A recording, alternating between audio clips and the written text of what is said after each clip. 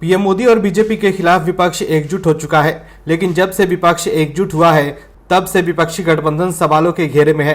PM Modi का विरोध करते करते विपक्ष देश का ही विरोध करने लगता है। G20 को लेकर पूरे देश में खुशी की लहर थी, लेकिन कांग्रेस और विपक्षी नेता G20 के आयोजन में कमियां निकालकर भारत को नीचा दिखाने का काम कर रहे थे।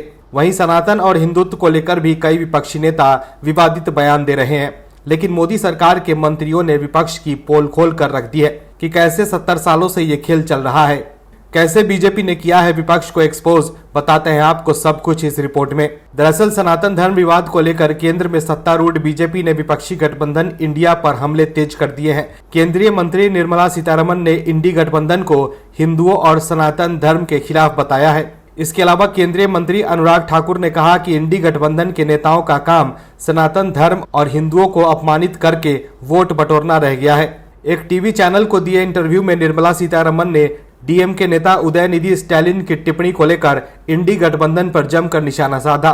उन्होंने कहा कि लोगों के बीच विभाजन और भेदभाव को बढ़ावा देने के लिए सनातन धर्म पर टिप्पणियां की जा रही है। देश की सबसे पुरानी पार्टी कांग्रेस उनका समर्थन कर रही है, जो भारत को तोड़ना चाहते हैं। उन्होंने कहा कि ये गठबंधन हिंदू विरोधी है और ये सनातन धर्म मिटाने के लिए एक साथ आए हैं। निर्मला सीतारमण ने दावा किया कि वो खुद इसकी विटनेस रही हैं। निर्मला सीतारमण ने कहा कि तमिलनाडु के लोगों ने इसे हमेशा से झेला है, बाकी देश को ये बात इसलिए समझ नहीं आई क्योंकि भाषा का बैरियर है। डीएम के पिछले 70 सालों से ऐसा कर रही है। अभी सोशल मीडिया का जमाना है, इसलिए लोगों को ट्रांसलेटर की जरूरत नहीं है और आसानी से समझ रहे हैं कि डीएमके के नेता ने क्या कहा है।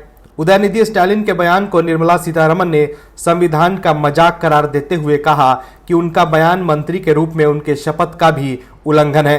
आपको बता दें कि उदयनिधि के बाद डीएम के नेता ए राजा ने भी सनातन धर्म की तुलना एड्स जैसी बीमारियों से की थी।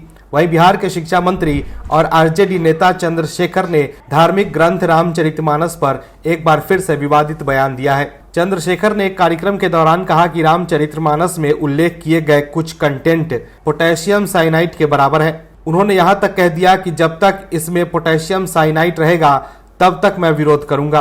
तो देखा आपने कैसे इंडी गठबंधन के नेता सनातन और हिंदुत्व पर विवादित बयान दे रहे हैं, लेकिन जिस तरह से बीजेपी ने सनातन के अपमान का मुद्दा उठाया है, उसे एक बात तो स्पष्ट है कि बीजेपी आसानी से इस मुद्दे को छोड़ने वाली नहीं है। बीजेपी को पता है कि यह बात विपक्ष को गहरा राजनीतिक डेंट पहुंचाएगी और इसका सीधा असर लोकसभा चुनाव 2024 में होगा। Bureau report OMH news. और भी वीडियोस देखने के लिए चैनल को सब्सक्राइब करें और बेल आइकन को दबाएं।